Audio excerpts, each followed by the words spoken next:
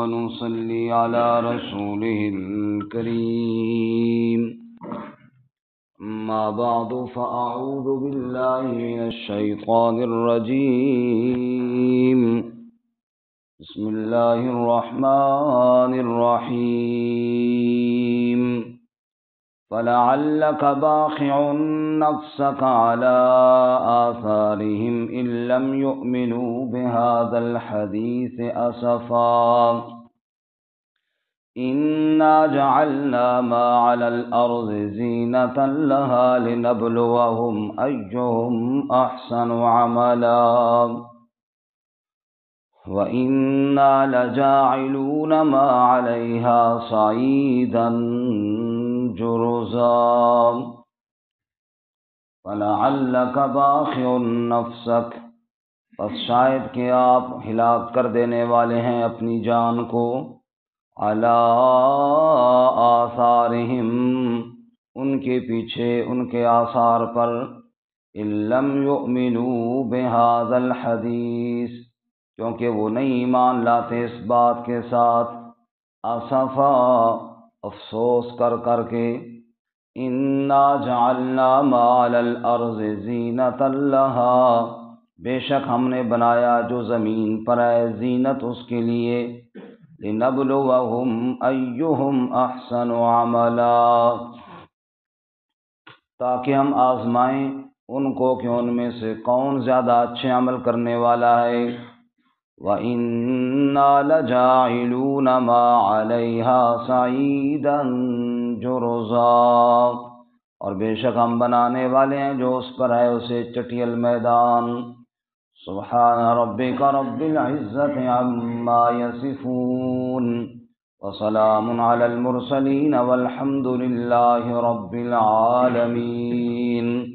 اللہم صل علی محمد وعلی آل محمد کما صلیت علی ابراہیم وعلی آل ابراہیم انک حمید مجید۔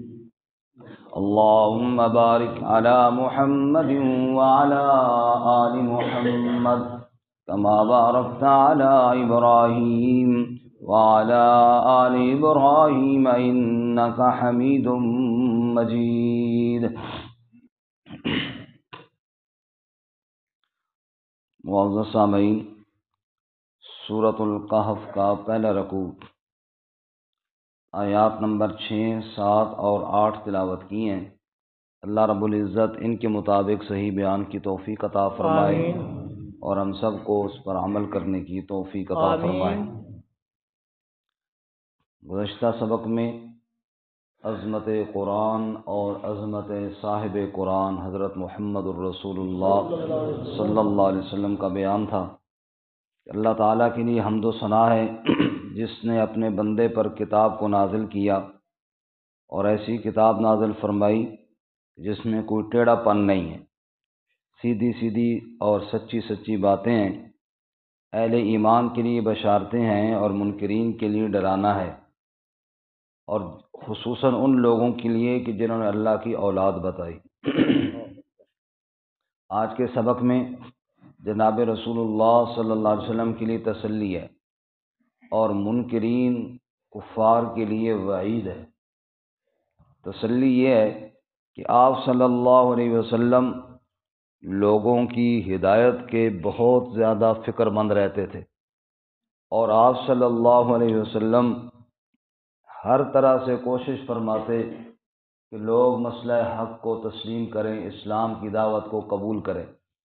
چنانچہ حضور اقدس صلی اللہ علیہ وسلم مجلسوں میں جاتے، محفلوں میں جاتے اور لوگوں کو بات سمجھانے کی کوشش فرماتے، پھر ایک ایک آدمی کہیں مل جاتا، اس کو پکڑ پکڑ کے بٹھا بٹھا کے بات سمجھانے کی کوشش فرماتے۔ کبھی بازاروں اور منڈیوں میں تشریف لے جاتے، وہاں جا کر بات کرتے۔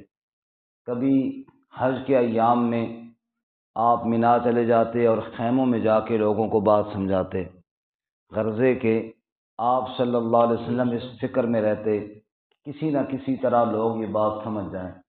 لیکن لوگ آپ صلی اللہ علیہ وسلم کی مخالفت اور ضد میں اتنے پکے تھے کہ جہاں بھی آپ جاتے وہ شاعر اور مجنون کہہ کر آپ کی دعوت کو ٹھکرا دیتے۔ پھر خواہ آپ صلی اللہ علیہ وسلم کے دل میں افسوس تو یہ ہوتا کہ میں ان کی خیر خواہی کر رہا ہوں اور کوئی میرا مقصد بھی نہیں ہے، صرف میں ان کو جہنم سے بچانا چاہتا ہوں، اور یہ کتنے نادان ہیں کہ مجھے ہی شاعر اور مجنون اور پتہ نہیں کیا کیا کہہ رہے ہیں، مجھے ہی پتھر مارتے ہیں اور میری ہی بات سننے کے لیے تیار نہیں ہوتے، حالانکہ خود خسارے میں جا رہے ہیں، خود دھوکے میں پڑے ہوئے ہیں، ہلاکت ان کا مقدر بن رہی ہے۔ آپ صلی اللہ علیہ وسلم نے فرمایا بھی کہ میری مثال تو ایسے ہے کہ جیسے ایک آدمی آگ جلاتا ہے نا، اس میں پتنگے آتے ہیں اور پتنگ آ کر آگ میں گرتے ہیں تو جل جاتے ہیں، تو بندہ کوشش کرتا ہے کہ یار یہ بچ جائیں۔ فرمایا میری مثال تو ایسے ہے، تم آگ کی طرف دوڑ رہے ہو اور میں تمہیں بچانے کی کوشش کر رہا ہوں کہ تم آگ میں گرنے سے بچ جاؤ، لیکن تم زور دیے جا رہے ہو اور الٹا ہی روکنے والے کو اپنا مخالف سمجھ رہے ہو۔ آپ صلی اللہ علیہ وسلم پھر افسردہ رہتے، حضور اقدس صلی اللہ علیہ وسلم پھر پریشان رہتے کہ دیکھو یہ کیوں نہیں مان رہے، میں کتنی محنت کرتا ہوں اور کیا وجہ ہے کہ یہ لوگ بات نہیں سمجھ رہے۔ اللہ نے تسلی دی، میرے محبوب صلی اللہ علیہ وسلم آپ نے میرا حکم پہنچانے میں کوئی کمی تو نہیں کی، آپ کی جو ذمہ داری تھی تو آپ نے پوری کر دی۔ اب اگر کوئی نہیں مانتا تو اس کا کیا مطلب ہے کہ آپ افسوس کر کر کے اپنی جان مار ڈالیں گے؟ آپ ان کے پیچھے اتنا افسوس کریں گے میرے محبوب، اس لیے اتنا افسوس نہ کیجئے، آپ کی ذمہ داری پوری ہو گئی ہے۔ تو یہ آپ صلی اللہ علیہ وسلم کو اللہ تعالیٰ نے تسلی دی ہے۔ فرمایا فَلَعَلَّكَ بَاخِعٌ نَفْسَكَ عَلَىٰ آثَارِهِمْ، بس شاید کہ آپ ہلاک کر دینے والے ہیں اپنی جان کو ان کے آثار پر، ان کے پیچھے۔ اے میرے محبوب صلی اللہ علیہ وسلم، ان پر آپ اپنی جان کو ہلاک کرنے والے ہیں، پگھلا دینے والے ہیں۔ کیوں؟ إِن لَّمْ يُؤْمِنُوا بِهَٰذَا الْحَدِيثِ، کیونکہ وہ اس بات پر ایمان نہیں لاتے، وہ ایمان نہیں لاتے۔ بہذا الحدیث سے مراد قرآن مجید جو اللہ کا کلام ہے، اس بات پر وہ ایمان نہیں لاتے، اس وجہ سے آپ اپنی جان کو ہلاک کر دیں گے۔ اسفا، افسوس کر کر کے آپ دکھی ہو جاتے ہیں اور افسوس کرتے ہیں اور افسوس میں بیٹھ جاتے ہیں۔ اے میرے محبوب صلی اللہ علیہ وسلم، اتنا افسوس تو نہ کیجیے نا۔ آپ صلی اللہ علیہ وسلم نے پتھر مارنے والوں کی ہدایت کی دعائیں مانگی ہیں۔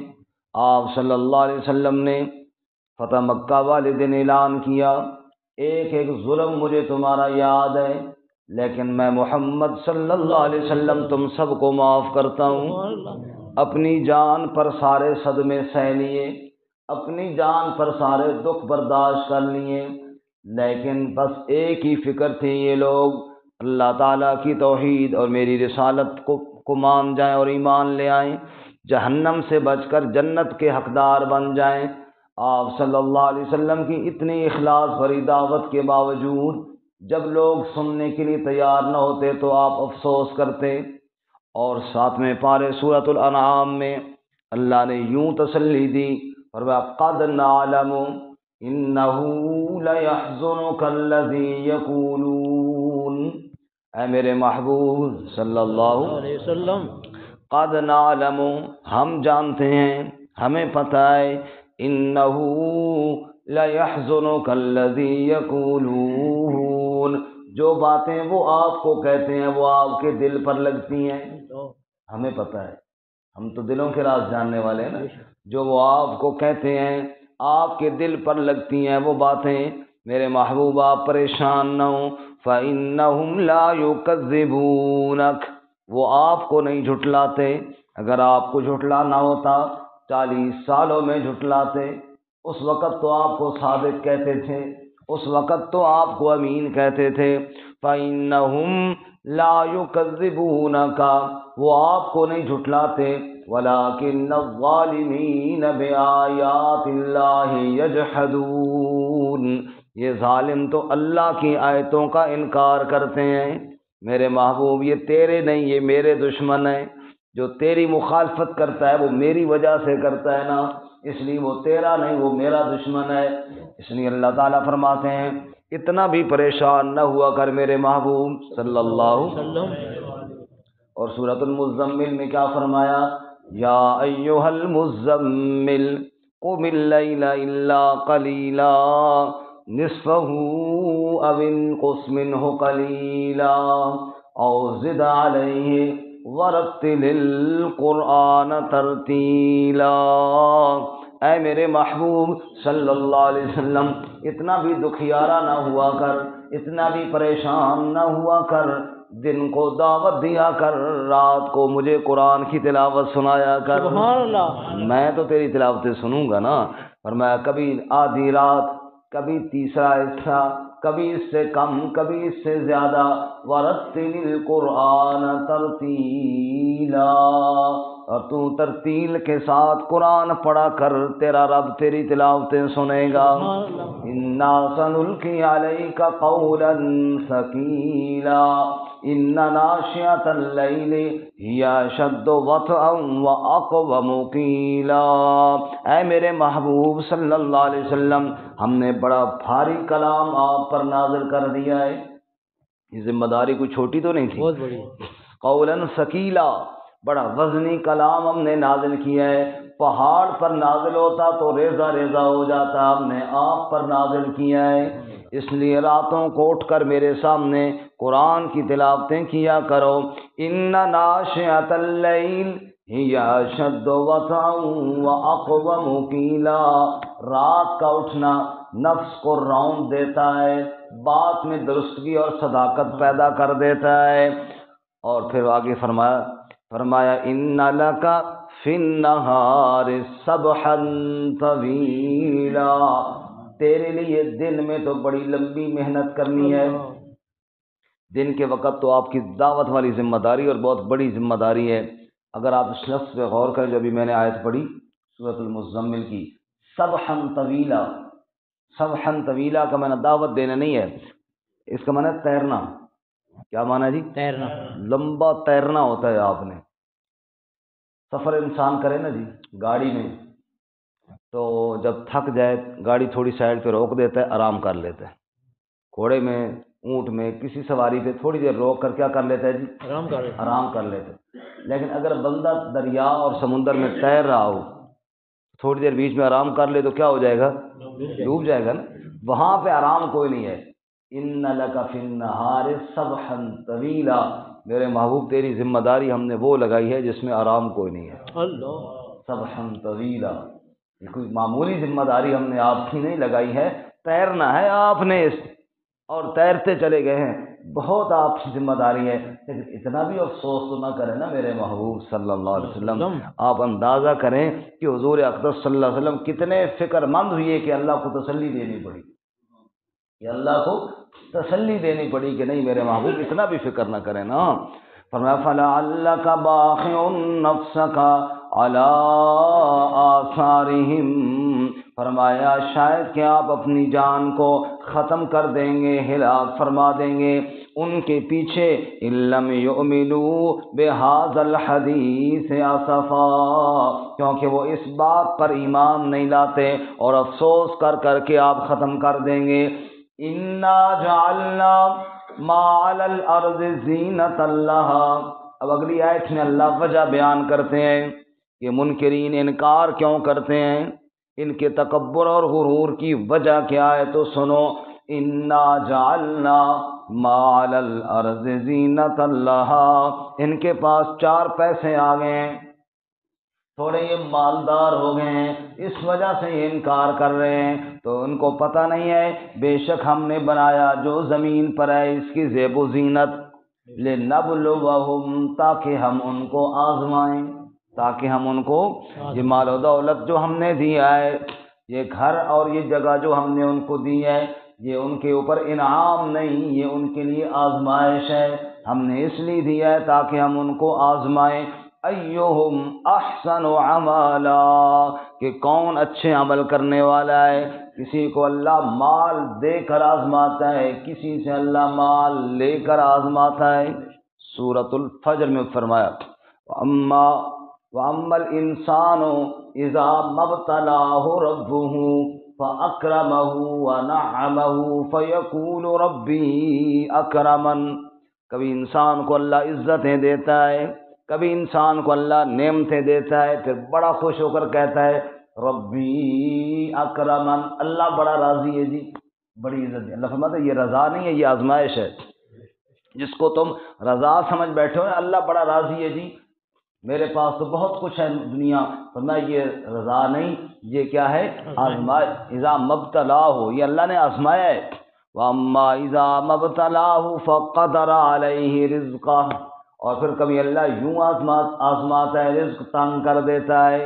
فَيَقُولُ رَبِّي أَهَانَنِ، پھر انسان کہتا ہے میرے اللہ نے مجھے بے عزت کر دیا۔ اللہ تعالیٰ پتہ نہیں کیا جی، ساڑی تو اللہ سنتا ہی نہیں، اللہ میں خوار کر رہا ہے۔ اللہ فرماتا ہے یہ بے عزتی نہیں، یہ بھی آزمائش ہے۔ یہ بھی کیا ہے؟ مال دیا تو وہ بھی آزمائش ہے، اور اگر فقر اور فاقہ دیا تو یہ بھی کیا ہے ساری آزمائش۔ تو فرمایا لنبلوہم، ہم نے دنیا میں جو کچھ دیا یہ سب آزمانے کے لیے دیا ہے۔ وہ مشہور لطیفہ نا، جمعے والا دن تھا، لوگ مسجد میں آئے تو مولوی صاحب کہیں دیر ہو گئی ان کو، وہ نہ پہنچ سکے۔ ایک فقیر نے کہا میں تقریر کرا، بندے فارغ بیٹھے تھے، ان کا جی تسی کرو۔ اس نے کہا سنو بھائی، سب تعریفیں اللہ کے لیے ہیں، جس اللہ نے تم کو دو یعنی آدم اور حوا سے پیدا کیا، پھر آگے تمہاری قسمیں بھی دو ہی بنائیں، بعض کو مالدار بنایا تاکہ شکر کریں، بعض کو فقیر بنایا تاکہ صبر کریں۔ حالت یہ ہے مالداروں کو شکر کوئی نہیں، فقیروں کو صبر کوئی نہیں، اور منہ اٹھا کے جمعہ پڑھنے آ گئے۔ تو بات تو اس نے زبردست کی کہ مالداروں کو شکر کوئی نہیں اور فقیروں کو صبر کوئی نہیں، تو آ گئے ہیں جمعہ پڑھنے کے لیے۔ حالت آج ہم سب کی یہی ہے، مالداروں کو شکر کوئی نہیں اور فقیروں کو صبر کوئی نہیں۔ اللہ فرماتے ہیں ہم نے مال دیا ہے تو بھی آزمانے کے لیے دیا ہے، فقر و فاقہ دیا ہے تو بھی آزمانے کے لیے دیا ہے۔ اللہ ہم سب کو قناعت نصیب فرمائے، یعنی صبر نصیب فرمائے، جو اللہ نے دیا ہے اس پر اللہ ہمیں راضی رہنے کی توفیق عطا فرمائے۔ فرمایا اِنَّا جَعَلْنَا مَا عَلَى الْأَرْضِ زِینَةً لَهَا لِنَبْلُوَهُمْ أَيُّهُمْ أَحْسَنُ عَمَلًا، اللہ تعالیٰ نے جو کچھ زمین میں بنایا ہے یہ زیب و زینت ہے دنیا کی، اور مقصد کیا ہے؟ لِنَبْلُوَهُمْ أَيُّهُمْ أَحْسَنُ عَمَلًا، تاکہ اللہ آزمائے ان میں اچھے عمل کون کرتا ہے۔ وَإِنَّا لَجَاعِلُونَ مَا عَلَيْهَا صَعِيدًا جُرُزًا، اور سنو دنیا والو، جو کچھ زمین میں ہے ہم اس سب کو چٹیل میدان بنانے والے ہیں۔ یہ مکانات ختم ہو جائیں گے، یہ پہاڑ بھی ختم ہو جائیں گے، چٹیل میدان ہو جائے گا، اور پھر اس میں ہم سب کو اکٹھا کریں گے تو کسی کا کوئی کارخانہ، کسی کی کوئی بلڈنگ، کسی کی کوئی چیز بھی باقی نہیں رہے گی، سب ختم ہو جائے گا، چٹیل میدان ہو جائے گا۔ وہ ہے کہ اللہ بتانا یہ چاہتے ہیں اے میرے محبوب صلی اللہ علیہ وسلم، آپ تسلی رکھیں، آپ کی دعوت پوری ہو گئی ہے، آپ نے حق ادا کر دیا ہے، اور اے منکرین آپ فکر مند ہو جائیں، کیونکہ جو تمہارے پاس ہے نا یہ ہمیشہ رہنے والا نہیں ہے، یہ آزمائش ہے، اور ان قریب سب کچھ ختم ہو جائے گا اور تم خالی ہاتھ اللہ کی بارگاہ میں پیش ہوگے۔ اللہ تعالیٰ ہمیں عمل کی توفیق عطا فرمائے۔ وآخر دعوانا